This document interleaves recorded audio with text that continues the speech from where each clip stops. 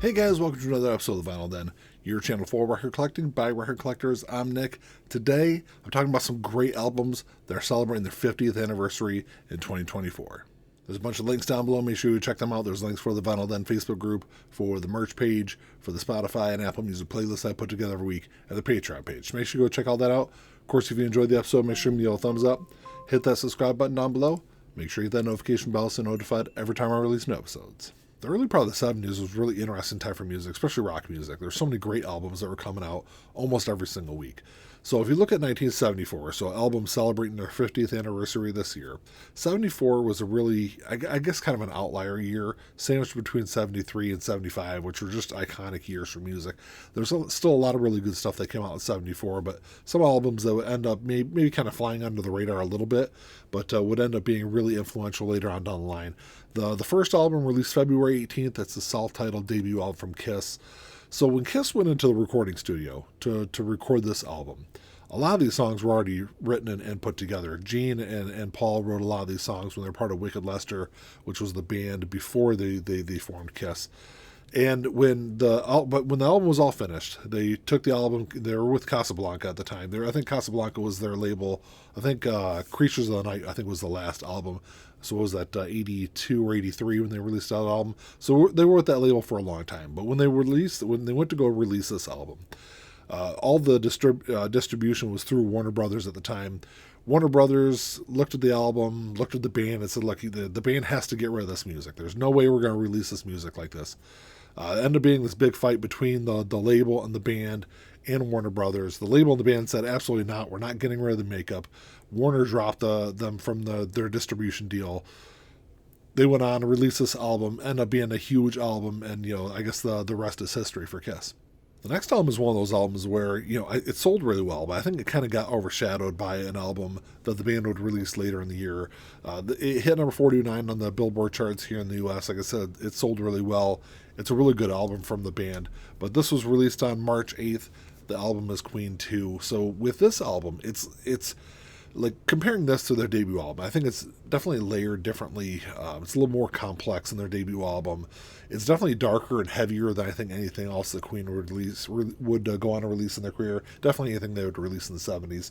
And of course the iconic album cover for this one. But like I said, this one, even though it sold well, I think it got overshadowed by Sheer Heart Attack, which was released later in the year. But kind of going back, this is an album that I think really kind of hooked me on the band. This is one of the first albums that I think I ever listened to from Queen. March of 74 was a great month for music. 1 week after Queen 2 was released, another iconic album came out, and that was Get Your Wings by Aerosmith. This was the first of 4 iconic albums released by Aerosmith, where they worked with Jack Douglas. He was a great producer. I'm not sure what else he did outside of those 4 albums, but this album sold really well. Sold over 3 million copies, and it was really kind of interesting because the band released 3 singles off this. None of the 3 singles charted. It was really kind of like the overall quality of this album that really helped propel it. And kind of comparing this to their debut album, I think this is the album where Aerosmith really put the whole package together musically. I think it's their most complete album, at least one of their most complete albums of the 70s. And just overall, a really good album. A couple of big tracks on here were Same Old Song and Dance. What was the other big track that they had off of this one? Oh, Train Kept A-Rollin' was the other big track that become 2 staple songs for Aerosmith for years and years. So 1 week after Aerosmith released Get Your Wings, on March 22nd, Eagles would release On the Border. So this is their 3rd studio album. If you go back and look at the first 2 albums, definitely more of like a country rock on the first 2 albums. They wanted to be more of a rock and roll band. Still has some country themes on this album, but this is the first album with Don Felder. They brought in Glenn Johns to produce the album. And from the beginning, they had a lot of issues with him. I remember reading that there was one argument where Glenn Johns told the band, look, you guys aren't a rock and roll band. You need to just stick to what you do best on your first 2 albums. Then they ended up firing Glenn Johns and basically scrapping those recording sessions. I think there was 2 tracks that they kept out of those sessions that would make it on the album. Kind of moved it into a different direction. I'd see... it still has some country-ish themes on this album, but I think there's definitely more rock on this album than there was on the first 2. Already Gone was the one big track they had off of this one. But I think as far as the 70s albums go from the Eagles, I think this is one of their most complete albums. On April 15th, Lynyrd Skynyrd would release their second album, Second Helping. So this was the big album for Lynyrd Skynyrd. Of course, their debut album, pronounced Lynyrd Skynyrd, I think is an absolute iconic album from the 70s. And I'm not the biggest Lynyrd Skynyrd fan, but this was the album that really made Lynyrd Skynyrd one of the biggest bands in the world. It hit number 12 on the Billboard charts here in the U.S. Of course, Sweet Home Alabama was the one huge track on this one that really kind of propelled it to the heights that it went to. But this is another one of those I need to pick up a physical copy of. I don't have it, but it is a really good album. It's got a couple other tracks on that album that outside of, because Sweet Home Alabama is one of those tracks that I've heard so many times over the years. I'm kind of sick of it, but there are some other really great tracks on that album. The next album is definitely one of those albums I was talking about earlier when I said it was kind of overlooked at the time, but ended up being hugely influential. This is New York Dolls, Too Much Too Soon. This was released on May 10th. It's their second studio album. It was basically a commercial flop when this album came out. It sold really poorly. It didn't chart, or I think barely charted on the Billboard charts here in the U.S. The band would go on to do a tour in support of this album afterwards. The tour ended up being an absolute disaster. Mercury would go on to drop the band from the label after that. And then shortly after that, the band would break up. But going back and looking at this album, this has become one of those hugely influential albums. It has a strong cult following.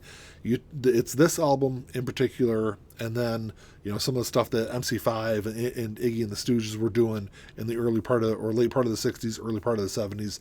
All those albums together, including with this one, would be what would influence the Ramones and a lot of those other punk bands in the New York scene in the next couple of years after this album came out. And just for that reason, I think it's worth kind of noting it as one of those big albums celebrating the 50th anniversary this year.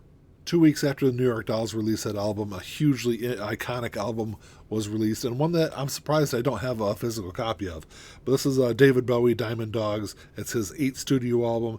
This is the album where it was like, this was the last glam album for David Bowie. But it's a little bit different. You could see that David Bowie was going in a different direction musically.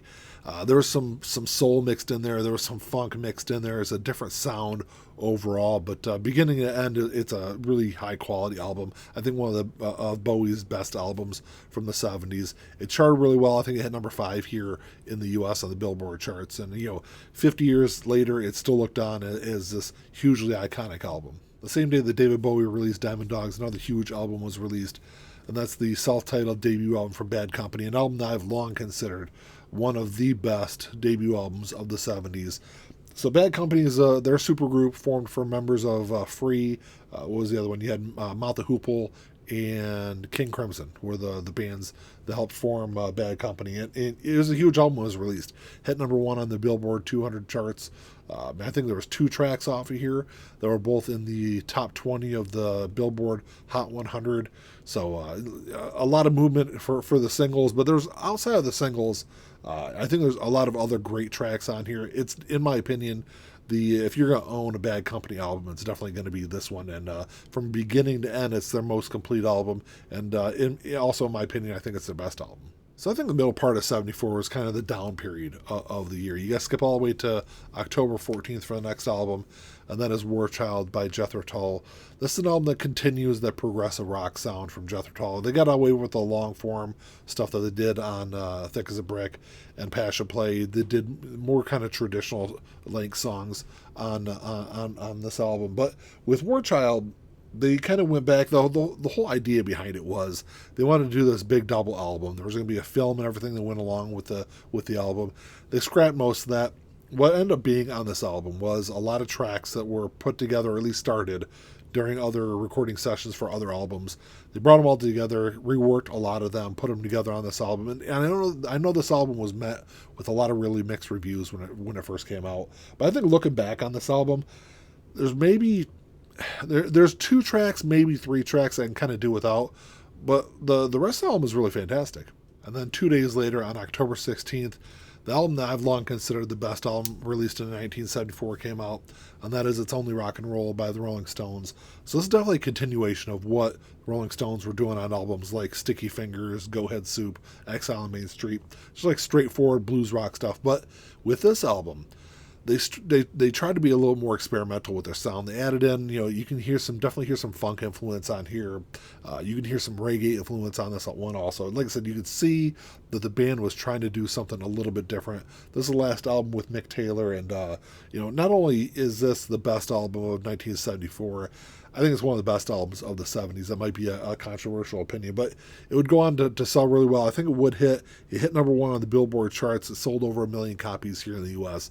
It was just a big album that continued the dominance that the Rolling Stones had. And then about a week and a half later, on October 25th, Bob Marley would release Natty Dread. It would go on to be a huge album. This is the one album that has No Woman, No Cry on it, which is, I think, Bob Marley's best-known song. When Rolling Stone magazine did their list of the 500 greatest albums of all time, this one hit 181st on it. It's one that I go to back to and listen to quite regularly.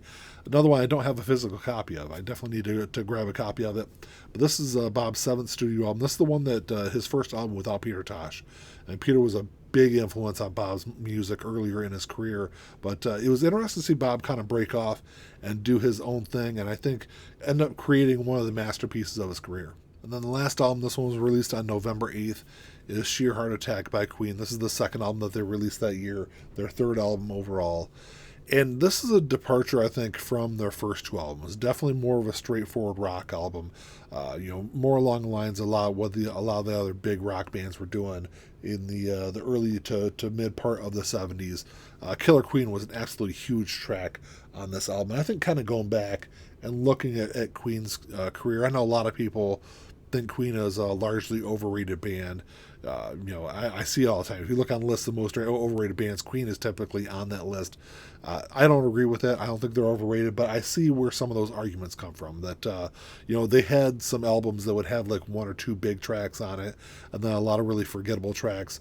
Go back and look at and listen to Sheer Heart Attack. This is, even though it's got Killer Queen on it, which is a big song, there's a lot of other really great stuff that the band did on this album. Well, that's all I got for you today, guys. Thanks for checking the show out. Make sure you drop me a comment down below. Let me know what some of your favorite albums from 1974 are. They're celebrating the 50th anniversary this year, because there are more of them. Those are just the top 12 that I pulled together. Let me know what you guys think. If you enjoyed the episode, make sure you give me the old thumbs up. Hit that subscribe button down below. That's all I got. Until next time, keep on spinning. Peace.